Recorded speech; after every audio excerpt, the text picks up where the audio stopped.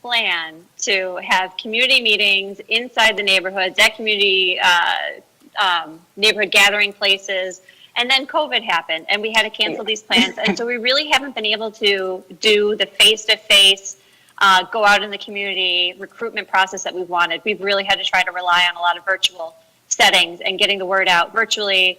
So that's where we're at right now. I don't imagine it's hard since we're trying to get people signed up by June. It's hard to say that we're going to be able to get out face to face and do more canvassing right now. So again, it's going to be a lot of virtual recruitment.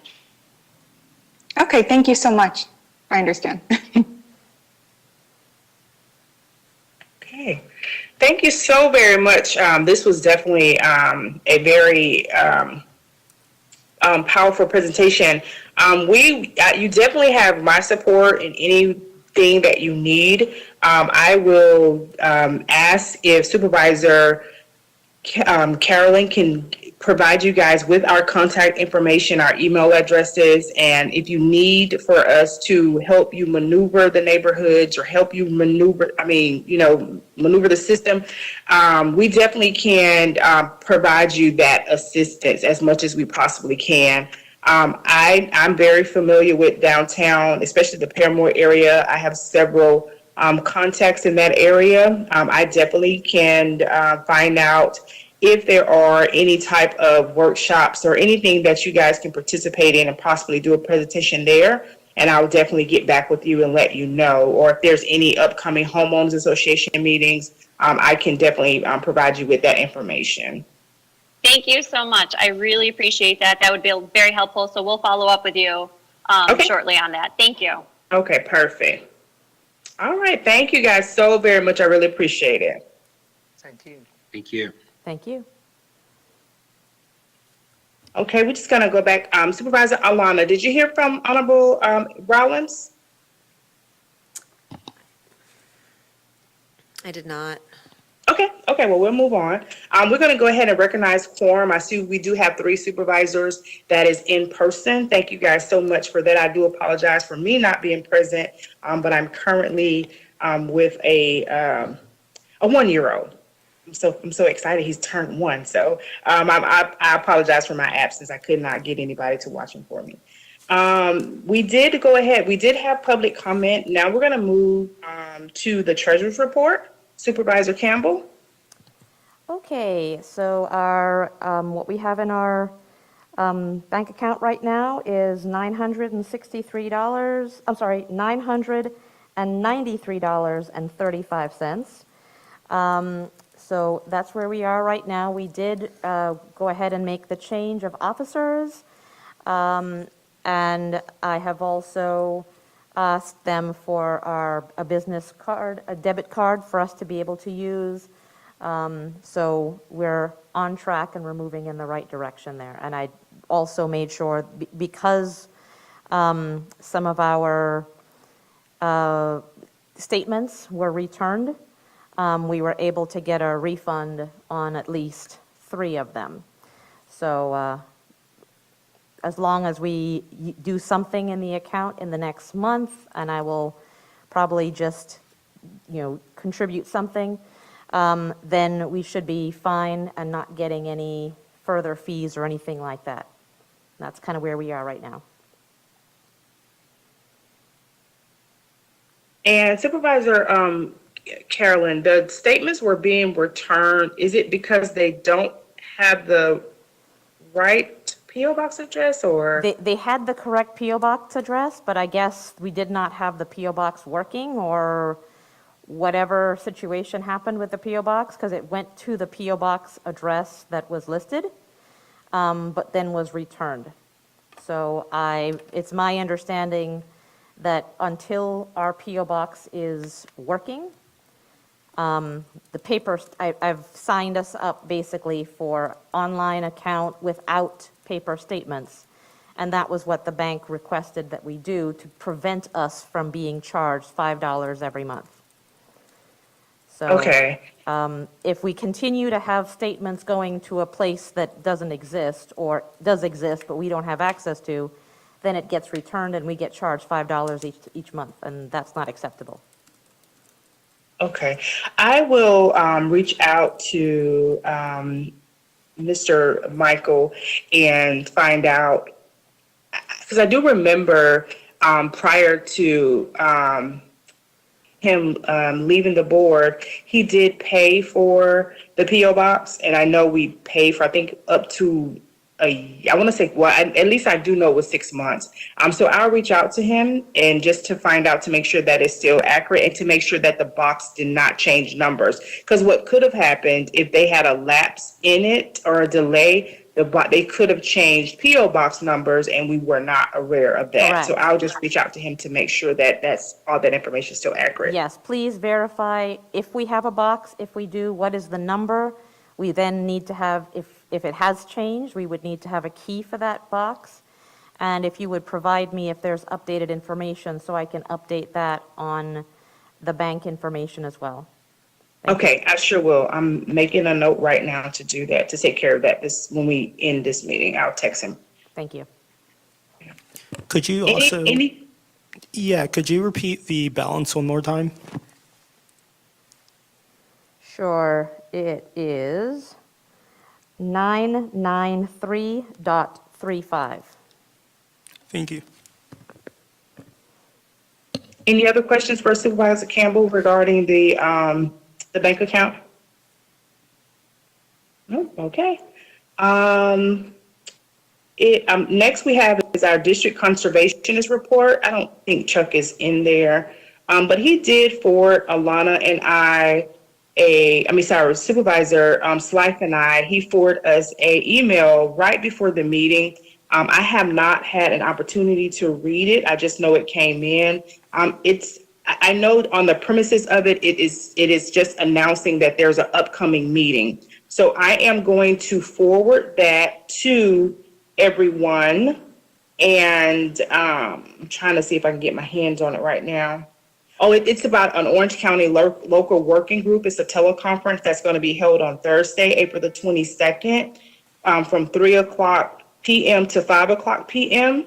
And he has provided me with the call-in information. I will again forward that to you. And there's also a form that is attached that if you had any questions or any concerns, you can write them on this particular form and he'll bring them up during the working group.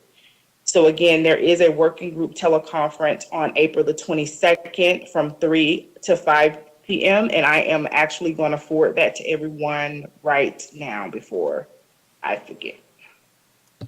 Did he also include the call-in link?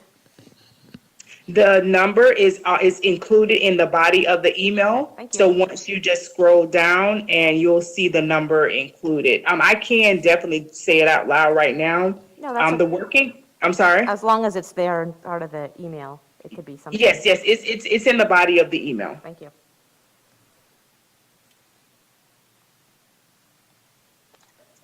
I wonder if I could make a comment, please? Yes, how you doing, Miss Betty Jo? Hi, I've been Betty here. Jo.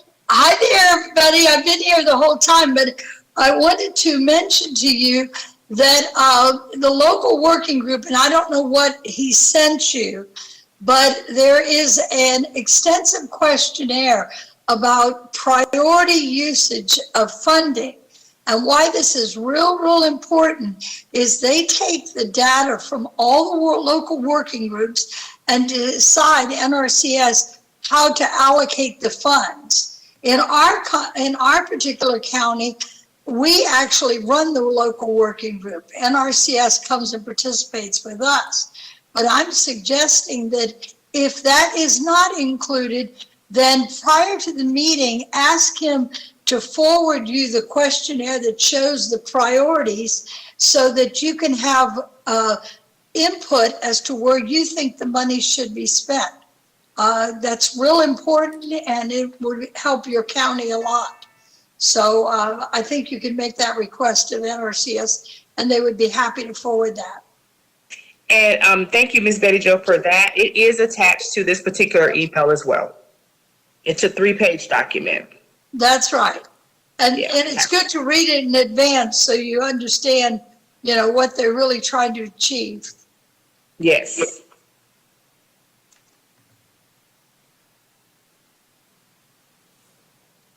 Okay, I just sent that to everyone now, so you should be getting that shortly. Do we have any other questions? Okay, if not, we're going to go down to our old business.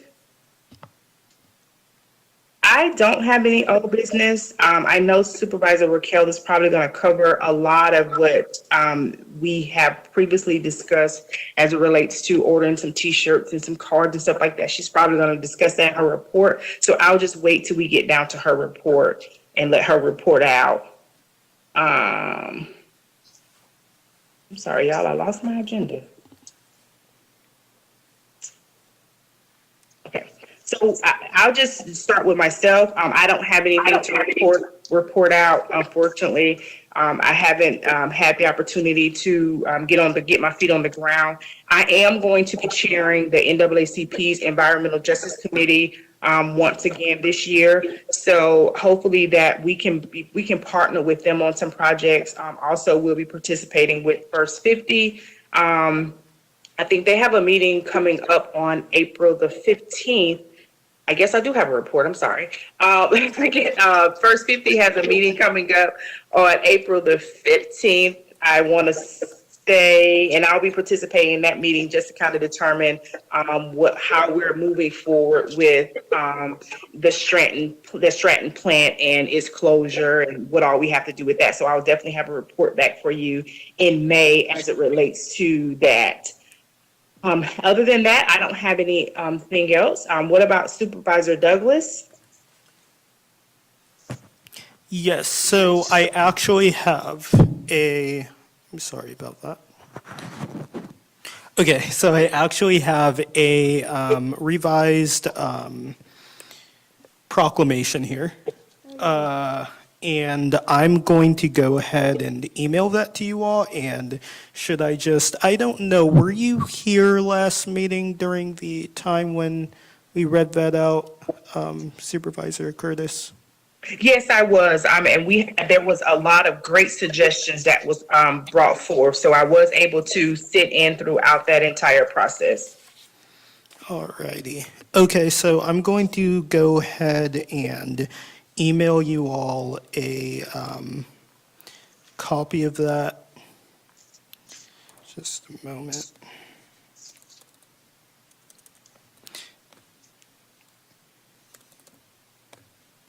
And I will start. You all should receive that soon, and I'll give Supervisor Slife and Supervisor Campbell a copy of it.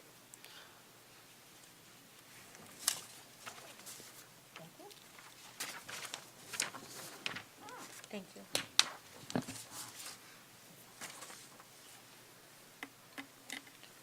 And Supervisor Curtis, do I just go ahead and read that out right now? I'm sorry. Yes, sir. This would be the second reading. Am I correct? Correct. Okay. Yes. Okay. All right, so title is Proclamation of the Orange Soil and Water Conservation District, Decriminalizing and Regulating Cannabis in the State of Florida.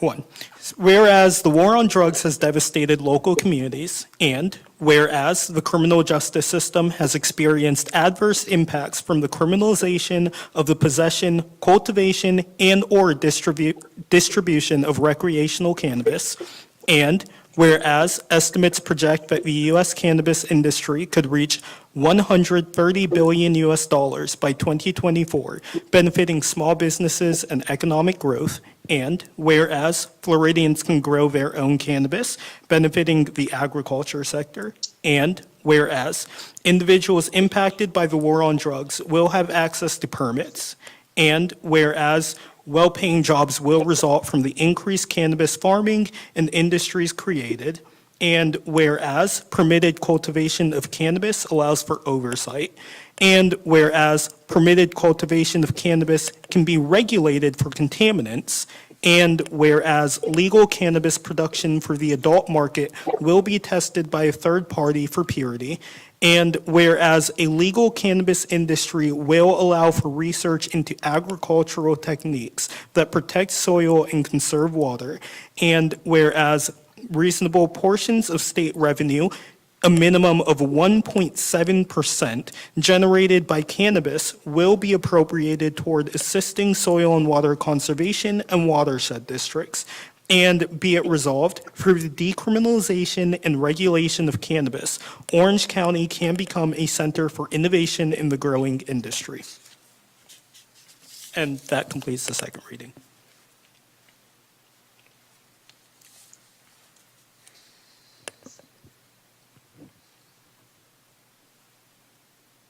I'm going to open it up now for discussion. I just have one I'm a question. visual learner, so I'm trying to pull up the document. Okay, I have it. Supervisor Slythe, did you have something? I did. The one where it says, whereas Floridians can grow their own cannabis benefiting the agriculture sector. Excuse me, because I'm probably just a little bit new to this, so I'm wondering, where it says whereas, this is something that we are asking for. We want Floridians to be able to grow their own cannabis, and we say that it will benefit the agriculture sector, right? It's not something whereas this has to already be in place. Correct. Okay. All right, thank you. Yeah, that's the only question I had.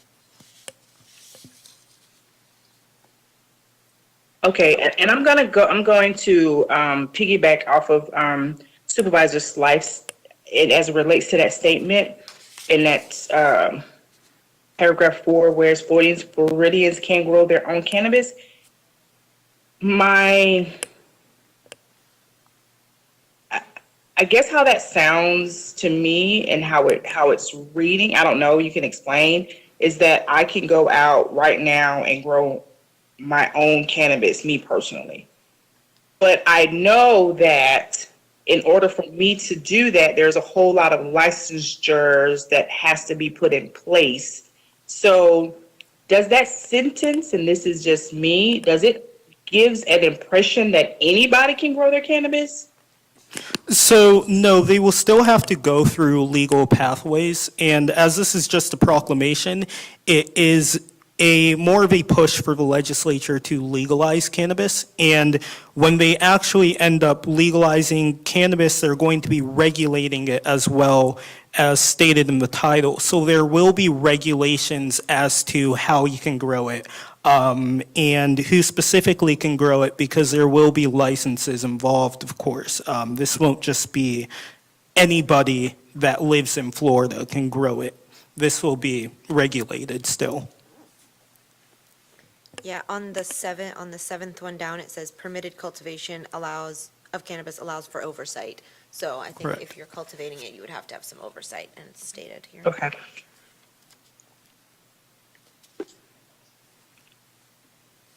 Could I ask a question as a citizen? Yes, ma'am.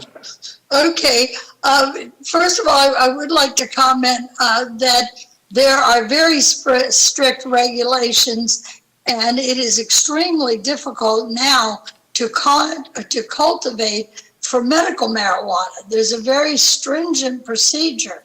I'm not sure if that proclamation, I would have to agree that it almost sounds like you're making a statement, whereas people can go and grow marijuana, well, they're going to get arrested in the state of Florida.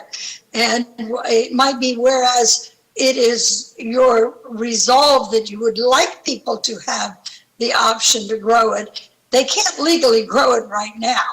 And also, my question would be this. I heard all the whereas clauses, but I didn't hear the therefore be it resolved, which is if you're endorsing that marijuana should be legalized, then it would seem in that context that your proclamation, after you have all the whereases, would have a resolution, and that would be therefore be it resolved, we support or we endorse or we do something. And maybe I missed that, or maybe you've discussed that in a different venue, but it seems to me that you've made the first statement, but then you haven't made the clarification as this is a position your board is taking for someone to take action. That's just a thought. So I can address that, right? Okay. So The last one is be it resolved through the decriminalization and regulation of cannabis, Orange County can become a center for innovation in the growing industry. That is indicating the board's support for our agricultural industry in Central Florida specifically.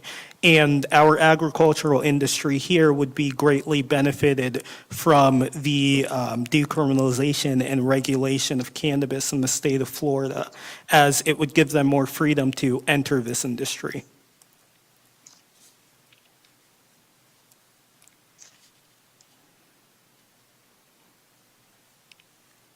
And was your first, can you restate your, just briefly, your first concern about, My concern was on the, and again, I don't have it in front of me, so I apologize, but in your whereas, you make the statement about people can grow marijuana, it sounds from that like it's something that could occur right now. And right now, it would be highly illegal. If anyone were to put marijuana in their backyard, cannabis, they would get arrested. It's very difficult right now in the state of Florida to get, I know of bona fide agricultural operators who have tried for the last few years to get certified to grow medical marijuana or to grow marijuana for the medical field. And the process is extremely difficult. So I wouldn't want people to misconstrue that, to believe that, oh, gee, you're saying that anybody in Orange County can just go in their backyard and grow marijuana.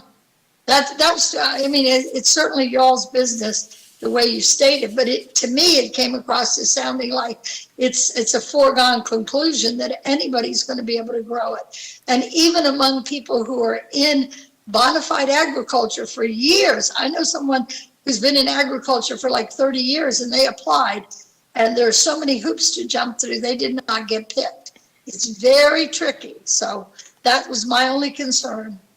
yes, so that is also the concern of the bill as well, or not the bill, the proclamation as well.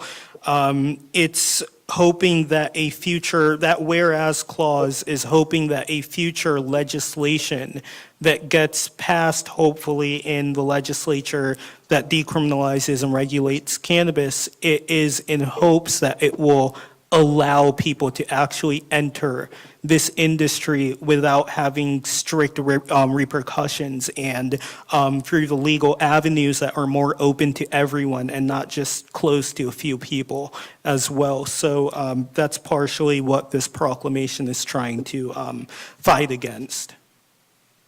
Thank you.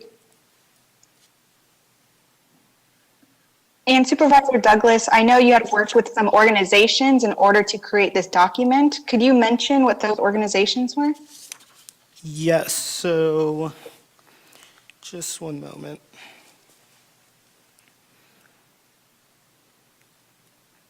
Gotta go ahead and find the name one more time. I mostly ask because I was wondering, while you were crafting this document with the nonprofit organization, was there, I think you had mentioned that there was some legal professional on that team as well. I would just like to confirm that, though. Correct. It is specifically, it was a group that lobbies for legalizing cannabis in the state of Florida.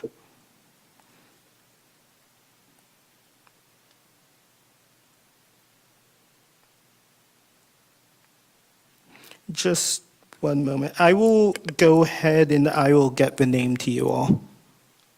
Okay, and if possible, if there is a legal person on that team, could we get their name as well? Yes, one of the names is actually Jody.